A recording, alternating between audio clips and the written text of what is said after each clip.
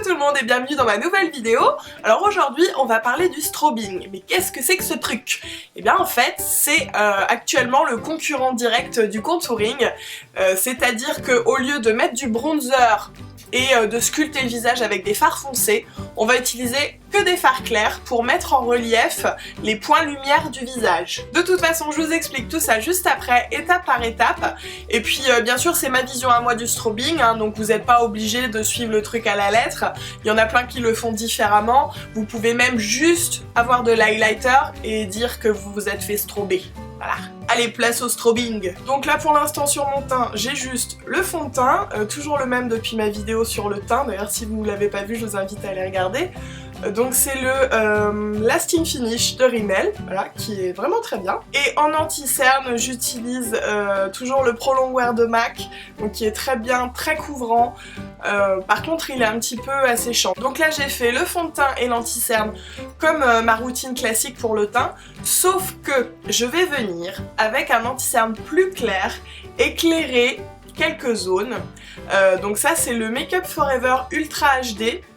Il est vachement bien, en fait je l'utilise parce que je me suis un peu plantée sur la teinte, je voulais prendre ma bonne teinte et j'en ai pris une trop claire, donc je me suis dit que ça allait être une bonne utilisation, hop, strobing. Cet anti-cerne il est vraiment bien, un peu comme le Pro Longwear, il est très opaque, il est un petit peu plus liquide je crois, mais il s'applique très très bien, enfin je l'utilise surtout avec le Beauty Blender, vous allez voir, donc très couvrant, il tient très bien, il file pas dans les plis, bon perso moi je poudre toujours à mon anti-cerne, donc voilà, si vous le poudrez pas il y a des chances que ça file, mais il est très très bien, voilà. Bon, il faut que je vous montre mon Beauty Blender. S'il vous plaît, ne me jugez pas. Bon, déjà il est sale parce que je l'ai utilisé pour poser mon anti-cerne aujourd'hui. Voilà. Si vous me suivez depuis longtemps sur Snapchat, vous savez pourquoi il y a du bleu sur mon Beauty Blender. C'est parce que j'avais fait un make-up Halloween l'année dernière, le Cheshire Cat dans Alice au Pays des Merveilles. Et je l'avais fait en bleu. Et voilà, mon Beauty Blender... n'a pas récupéré depuis quoi. Donc ce que je vais faire, c'est que je vais venir poser de l'anti-cerne et ensuite je vais l'estomper avec mon Beauty Blender. Comme vous voyez, je descends en triangle, je remonte bien jusqu'aux tempes pour illuminer cette zone.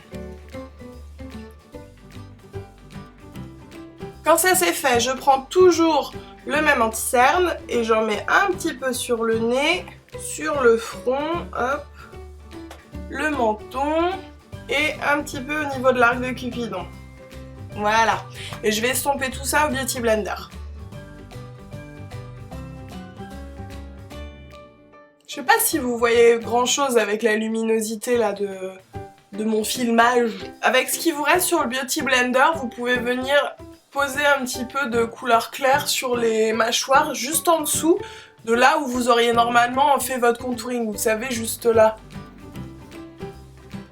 Donc en fait, ce qu'on cherche à faire, c'est éclaircir tous les endroits naturels du visage qui reflètent la lumière, pour faire en sorte que notre couleur naturelle, donc qui par exemple est là, va elle venir légèrement définir notre visage. Maintenant je vais venir poudrer les zones donc, que j'ai éclaircies de mon visage avec une poudre jaune pâle de ma palette Tarteiste de Tarte. Donc je vais utiliser ce fard-ci, le numéro 2, donc qui est légèrement jaune. Si vous n'avez pas de fard comme ça pour le visage, vous pouvez très bien utiliser des fards à paupières. Donc si vous avez des sous-tons jaunes au niveau de votre peau, ben, vous prenez un fard à paupières légèrement jaune et mat surtout. Et si vous avez des sous-tons roses, et ben, un fard légèrement rose. Donc je viens poudrer mon anti-cerne, le menton, le front et le nez.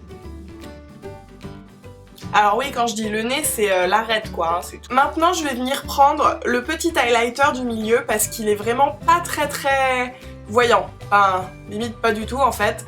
Donc je vais le prendre et je vais revenir par dessus pour apporter un petit peu de lumière. Ensuite, je vais utiliser ma poudre matifiante qui est à ma bonne carnation, donc la Stay Matte de Rimmel, que j'adore. Je vais l'utiliser pour venir poudrer les endroits où je n'ai rien mis à part mon fond de teint. Donc, c'est le haut du front, le creux, la bouche là, et les côtés du nez. Ça me permet de poudrer quand même mon visage parce que moi qui ai tendance à avoir la peau un peu mixte, si je mets pas du tout de poudre, je vais me retrouver avec une surface un petit peu huileuse. Donc ça me permet de poudrer quand même, mais ceci dit c'est la couleur de ma peau, donc c'est pas du tout du bronzer ou quoi que ce soit quoi.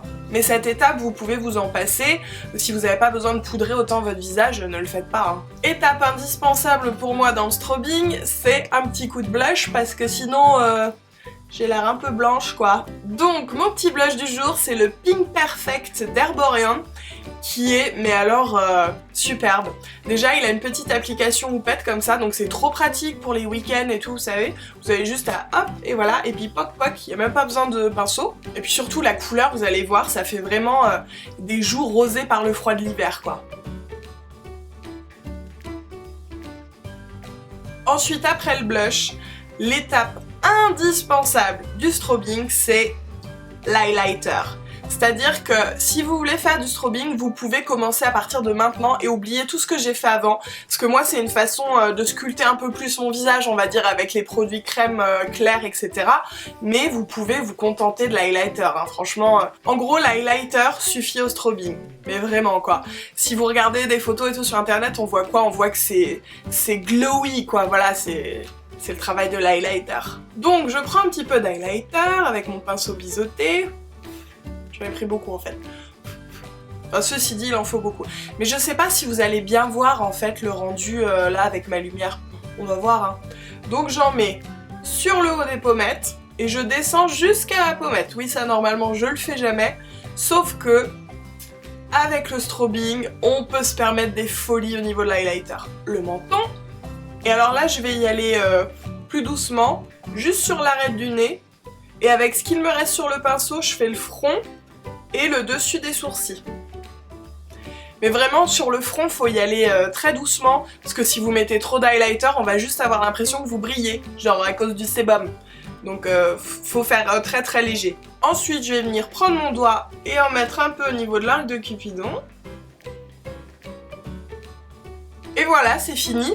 Le strobing c'est ça. Je trouve que ça fait assez naturel, ça fait frais, c'est idéal pour le printemps, pour l'été, c'est quelque chose de vraiment glowy, qui fait bonne santé, vous voyez. Ceci dit, j'abandonnerai pas le contouring pour autant. Et puis au final, il n'y a rien de novateur dans le strobing. Parce que bon là, je vous ai présenté un strobing assez poussé, on va dire, parce que normalement vous n'êtes pas censé mettre voilà la base crème plus claire, etc.